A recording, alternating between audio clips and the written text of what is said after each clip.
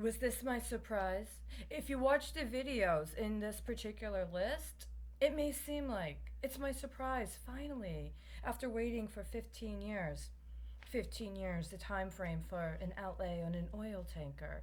Or, as I've recently learned, time frame during which one can take out a certificate on a pooled security, including one connected to a small business, as was approved during the Clinton administration, right before I got my first driver's license. But the other thing that's important is 93, as in the 1993 Omnibus Budget Reconciliation Act, which discusses terms of up to 25 years regarding default on federal student loans through 91-day T-bills through the Department of Treasury. And the problem is, I was a bad girl my first year of college when I said I wasn't going to support the Women's Center because I considered it to be antithetical to my own personal political perspective, and it just turned out a majority of the members of the student government agreed with me, and so they voted against it. And after that, I was determined not to be financially capable of finishing my college education at that specific university. Nobody assisted me when my soon to be professor tried to encourage me to consider, I don't know, alternative compensation arrangements, and I said no. Nobody either told me that at that time, before the Supreme Court of the United States was pending an opinion about allowing women to enter into military academies that had previously been exclusively for men. It would have made a very substantial difference if you told me during my senior year of high school that there was a possibility that after 1 or maybe 2 years of going to college, I would be able to transfer into a formal military academy that had previously only been exclusively for men. It really would have. But that's not what I was told. I haven't been told that for 25 years, right? And that's why today is so important.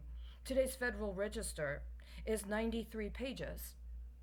And while the State Department has a press briefing talking about sanctions it made yesterday, and the Department of Treasury has its own metrics associated with those very important sanctions that were made yesterday, what is not discussed so thoroughly is the relationship between a number of media outlets that were shut down today, or at least are alleged as being shut down, having been seized for some sort of engagement in acts of financial terrorism today, while the Federal Register acknowledges that there is a program afoot regarding a global media discussion based out of the United States.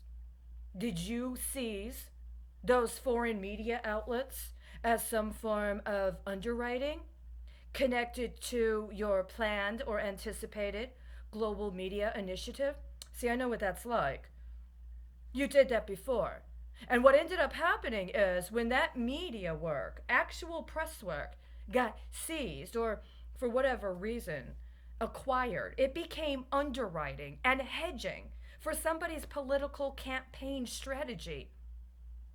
And when the actual original material was requested in order to authenticate actual historical record, well, it's not available. And nobody can provide it.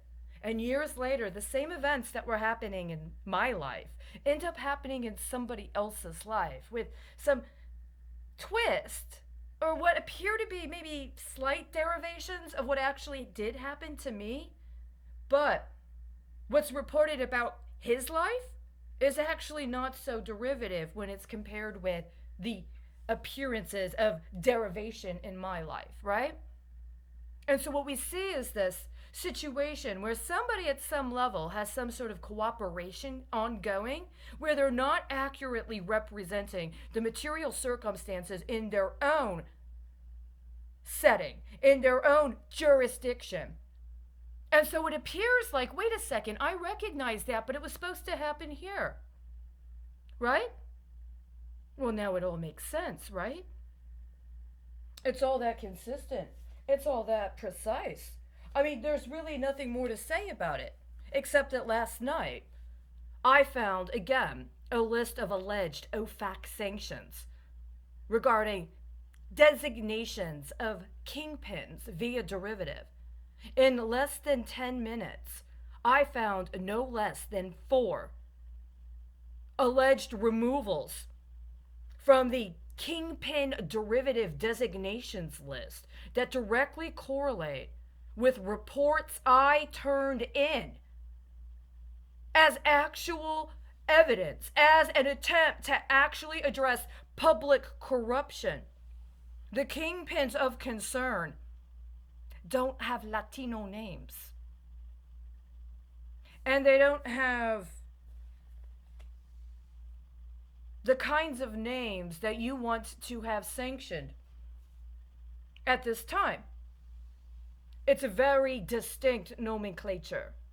It's one that's very prominently displayed and has spent several decades abusing political office in order to consolidate assets that it seizes illegally via abuse of office, up to and including alleged relationship through or on the intelligence committees, including of the House and of the Senate. As a matter of fact, that's what our current alleged president is. Somebody that abused their public office while they were on the Senate Intelligence Committee during what time frame? When was Joseph Biden on the Senate Intelligence Committee? My entire life has been orchestrated for somebody else's option scheme related to their political portfolio ever since Iran-Contra. Literally. How many people in the Senate Intelligence Committee identified specific young people that they thought had some sort of mix of asset potential that they were just going to acquire for their own personal largesse? And if you pledge loyalty to somebody else, you might get parts of your own life back. Like why it is that the last time I was able to do something that might potentially accurately reflect my capacity to engage in a normal human relationship, it turned out to be connected to another part of the world that exactly 5 years later was doing what? What was ongoing in October of 2020? See, it's one of those things, if you actually have biological family members that are from another part of the world, and somebody's leaning on them in order to try to intimidate you, you don't have a right to hop along on somebody else's trafficking syndicate to avail yourself of select options you were able to claim for yourself by refusing to prosecute the crime you were in a position to actually address. You don't get to abuse your office and just take from the opposition after you've obstructed justice and sat on actual reports of crime so that you can take select pickings for yourself to implement later on down the pipeline. That's exactly what this list shows. I'm not a derivative. I'm also not the kingpin. Neither were the people I've met. Neither were the people I was engaged with as a colleague. Neither were the people I was involved with actual ordinary political process with. Neither were the people I knew in the media. See, last night I was one designation of what? Political opposition.